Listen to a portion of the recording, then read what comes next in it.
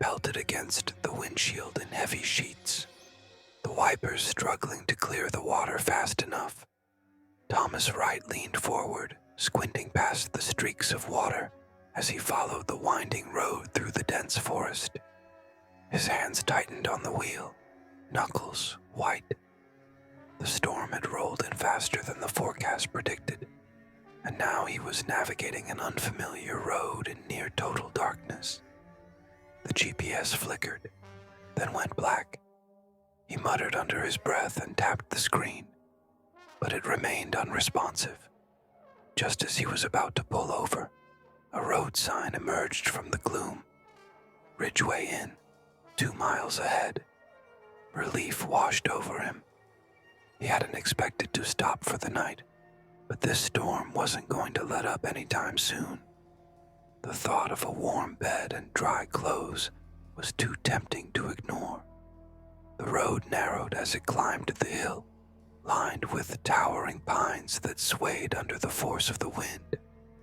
When the inn finally appeared, it was a looming silhouette against the dark sky, its many windows reflecting flashes of lightning.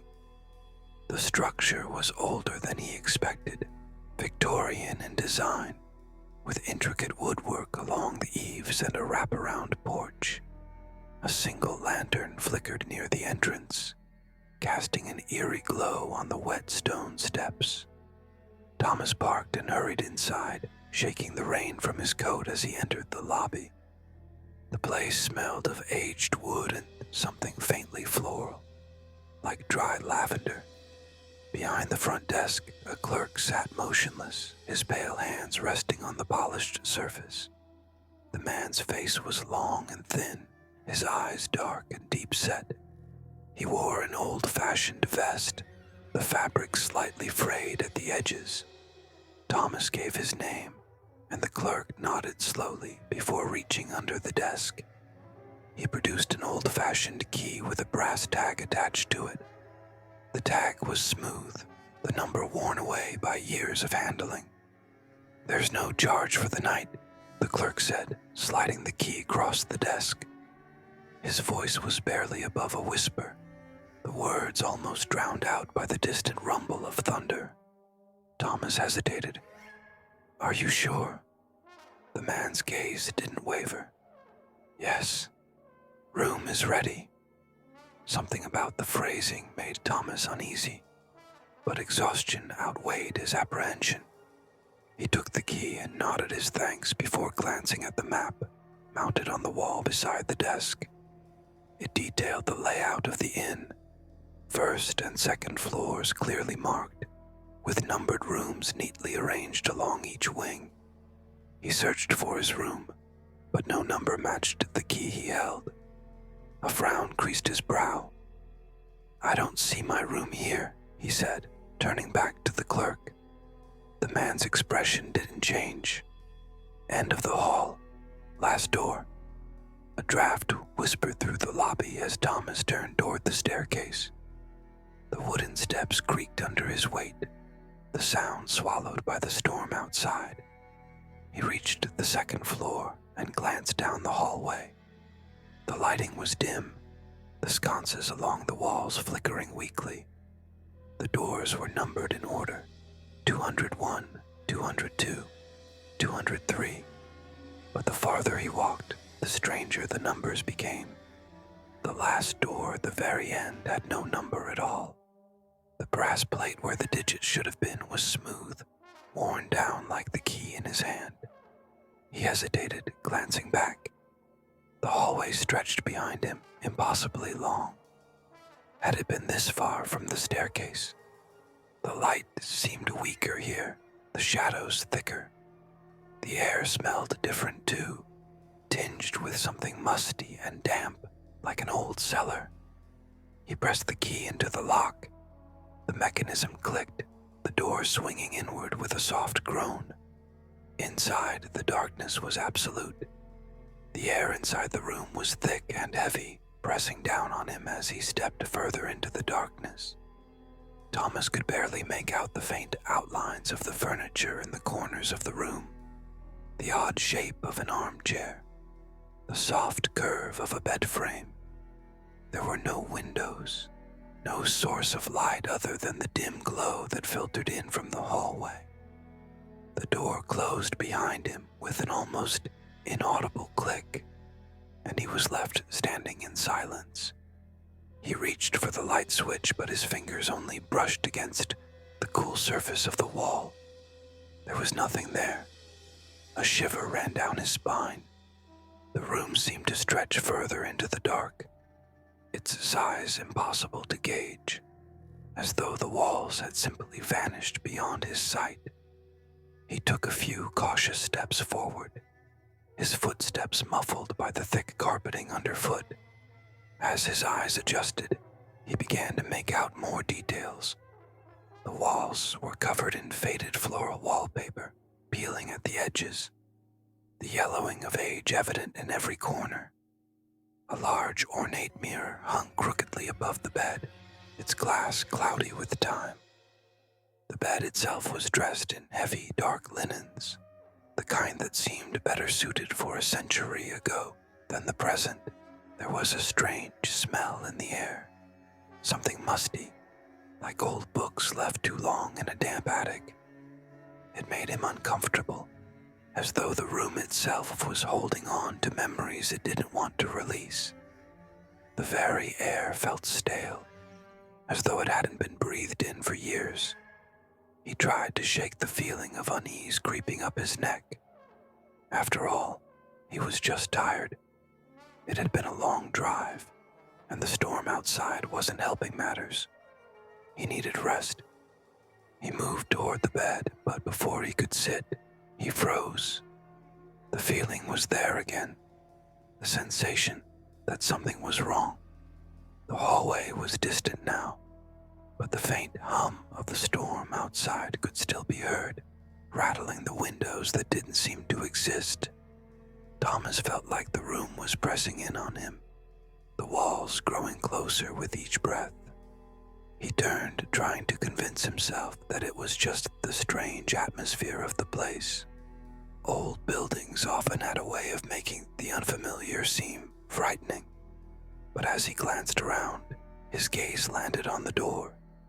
It had closed behind him, sure enough, but now it seemed farther away than it had been. The hallway outside had vanished entirely, swallowed up by darkness. The flickering light that had illuminated the way had disappeared, leaving him with nothing but the suffocating quiet of the room and the sense that there was something waiting for him. Thomas took another step back, but then he froze again. There was something off. It wasn't just the air or the strange heaviness of the room. It was something more. His mind raced, trying to piece it together, but there was no clear answer. His eyes darted around the room, searching for something familiar, something that might make sense of what he was feeling. That's when he saw it. Something that shouldn't have been there. Across the room, just beside the mirror, was a small doorway. It wasn't the door he had entered from, and it certainly hadn't been there before. Thomas stepped forward, his curiosity overpowering the gnawing sense of dread that gripped his chest. The door was slightly ajar, just enough for him to see the shadow of something beyond it. As he approached, the temperature in the room dropped suddenly. He could see his breath misting in the air.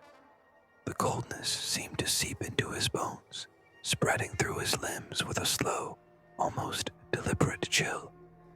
With a hesitant hand, he pushed the door open. The room beyond it was identical. Everything, down to the very last detail, was the same. The same wallpaper, the same bed, the same crooked mirror on the wall. It was as though he had stepped into a perfect replica of the very room he had just been in. For a moment, Thomas stood frozen, disbelief washing over him. How could this be? He had just stepped through the door into the next room. But this was impossible. It was as though he had never left at all. His heart raced in his chest as he turned back to look at the original room. But now, there was something else. The doorway was gone. It was just another wall, solid and impenetrable, as though it had never existed in the first place. He reached out a hand, his fingers brushing against the wallpaper. It was real, the texture of it unmistakable under his touch. But the more he looked around, the more the room began to change. Or perhaps it was that his perception of it had begun to shift. The edges of the walls seemed to blur, the corners softening, as though they were stretching outwards.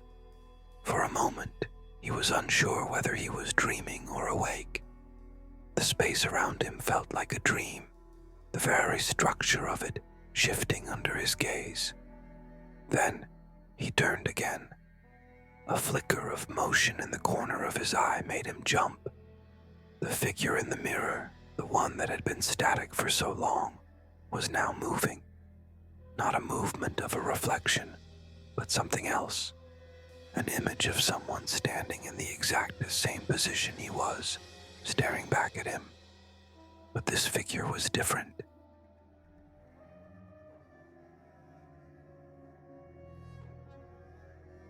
It was him, but not quite.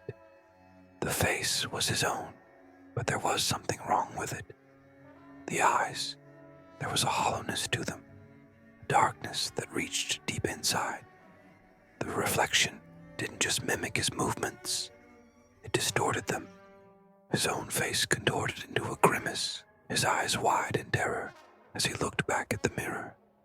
And then the reflection smiled.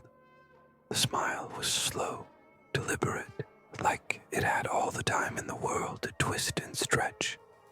His stomach churned, and his pulse quickened. He stumbled back, his heart pounding in his chest. He couldn't look away, even as the mirror seemed to come alive, the edges of it warping like liquid. The figure in the glass, the twisted version of himself, tilted its head, almost as if it were studying him. His breath caught in his throat, his hands trembling at his sides. He reached for the door, but it was no longer where it had been. The space that had once held an exit had vanished entirely. There was only the room, and the mirror, and the smiling figure inside it. The room had become an oppressive weight on Thomas's chest. Every inch of the air felt heavier, like 1,000 unseen eyes were watching him. The mirror was no longer just a reflection. It had turned into a gateway to something far darker, something that lurked just out of sight. The twisted version of himself continued to smile, its lips stretching unnaturally wide, as though it were savoring the moment, savoring his fear. Thomas's breath came in shallow gasps, his mind reeling. He turned in circles, looking for some way out, but the door was nowhere to be found. The walls seemed to close in around him, and the very floor beneath his feet seemed to shift, ever so slightly, as though it were no longer solid ground but something alive. He stumbled, nearly losing his balance, his senses betrayed by the growing disorientation. Desperation gripped him. He slapped his hands against the walls, searching for some kind of escape, but the surface was cold and unyielding. There was no way out. His heart raced as panic set in, the realization dawning on him that he was trapped in this place, in this impossible room, with a reflection of himself that was not him, or worse, something pretending to be him. His eyes flicked back to the mirror. The smile on his reflection had faded, replaced by an expression of cruel amusement. The figure's eyes, once dark and hollow, now glimmered with an eerie light, like two deep pools that held all the secrets of the universe. It leaned forward, its movements jerky and unnatural, as if the reflection had come to life of its own accord. Thomas felt his pulse thundering in his ears, a deafening drumbeat that drowned out everything else. Then, with a sudden lurch, the reflection spoke, though its lips never moved. The words seeped into his mind like cold water, creeping down his spine and into the very marrow of his bones. "You've always known, haven't you?" The voice was like a whisper, but it felt like it was coming from inside his head. "This was always meant to be. You were always going to find this place, find this door. It was always waiting for you." Thomas stumbled back, the walls pressing in around him. The words reverberated in his mind, but he couldn't grasp their meaning. What was it talking about? What was waiting for him? His hands flew to his head, trying to block out the voice, but it was relentless. "It's always been here, waiting, watching," the reflection continued, its smile returning more sinister than ever. "And now, it's your turn." A deep sense of dread bloomed within him, like a heavy stone dropping into the pit of his stomach. His thoughts scattered, and he felt himself falling, as if the ground beneath him had simply vanished. But before he could react, the mirror warped once again. The surface rippled like water disturbed by a stone, and then the reflection began to shift, the figure inside contorting into something unrecognizable. The figure stretched, its limbs elongating and twisting, its face melting into a grotesque mask of contorted features. Thomas recoiled, his chest tightening in terror. He reached out instinctively, his hands grasping at the air, but there was nothing to hold on to, no escape. And then the figure lunged at him. For a moment, everything went black. When Thomas opened his eyes again, he found himself standing in the middle of a familiar room.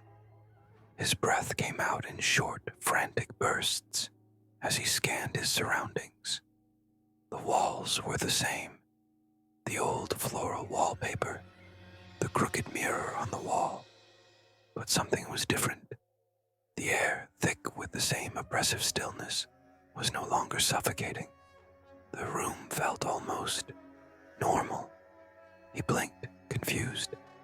This was his bedroom, his real bedroom. It looked exactly as it had before the storm, before he had driven up to the inn. The bed was neatly made, his personal belongings scattered across the room.